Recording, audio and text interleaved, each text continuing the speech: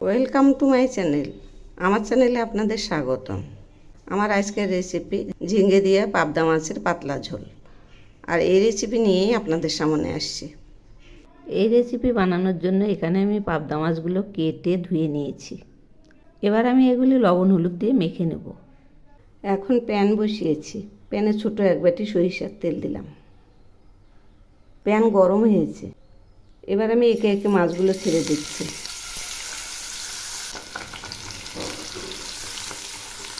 এক পাশ ভাজা হয়ে গেছে। এখন আমি উল্টে দিচ্ছি।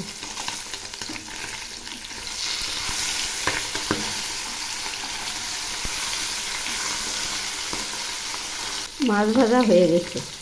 এবার নামিয়ে নিচ্ছি।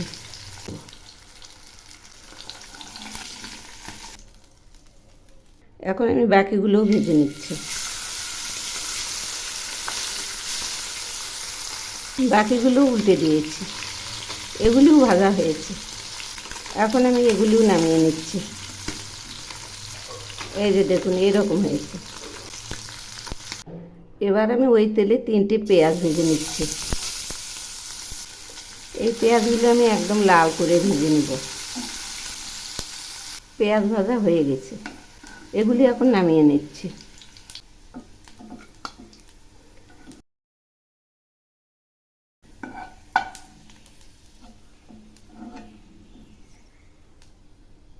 এখন আমি ওই তেলে সামান্য একটু কালো জিরা ফোড়ন দিলাম। আর দিচ্ছি 4 টুকরো আলু। প্রথমে আমি এই আলুগুলো একটু ভালো করে ভেজে নেব। আলু ভাজা প্রায় হয়ে আসছে। এবার আমি দিচ্ছি কয়েক টুকরো ঝিঙে। দিচ্ছি স্বাদ মতো লবণ। আর দিচ্ছি পরিমাণ মতো হলুদ। এখন আমি এগুলি নেড়ে দিচ্ছি। আলু ভাজাটা অনেকটাই হয়ে আসছে। এই ঝিঙেগুলো এর সঙ্গে ভেজে নেব। দিচ্ছি একটা টমেটো টুকরো। আর সেই সঙ্গে দিচ্ছি 2টো চেরা কাঁচা পাকা লঙ্কা। আবার একটু নেড়ে দিচ্ছি।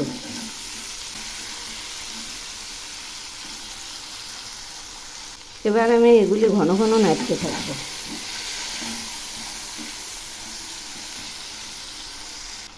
এখন আমি ঢাকনা দিয়ে ঢেকে দিচ্ছি, তাহলে তাড়াতাড়ি মজে যাবে। এবার আমি ঢাকনা খুলছি। এখন আমি দিচ্ছি 3টে কাঁচা লঙ্কা বাটা।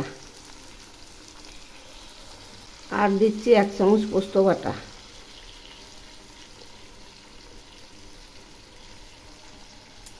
আবারও একটু নেড়ে দিচ্ছি। এগুলি দিয়ে হালকা কষাবো। দেখুন, এগুলি অনেকটাই মজে আসছে। কষানো হয়ে গেছে। এখন আমি দিচ্ছি অল্প পরিমাণ জল।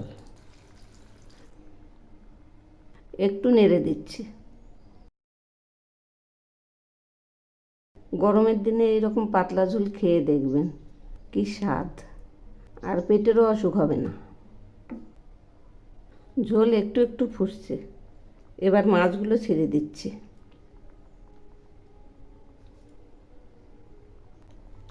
একে একে সব মাছগুলো ছেড়ে দিচ্ছি।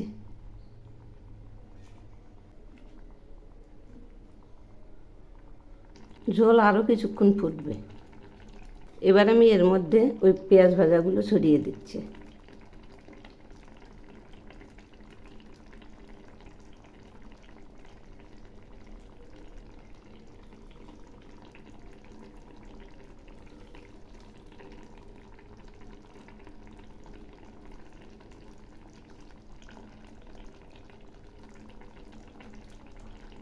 রান্নাটা প্রায় হয়ে আসছে।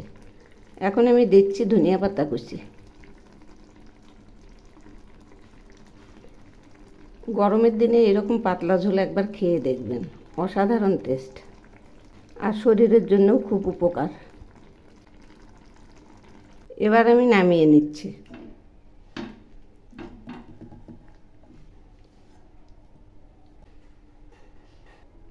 এই যে রান্নাটা নামিয়েছি, দেখুন না কত সুন্দর হয়েছে। এভাবে একবার বানিয়ে খেয়ে দেখবেন, অসাধারণ টেস্ট।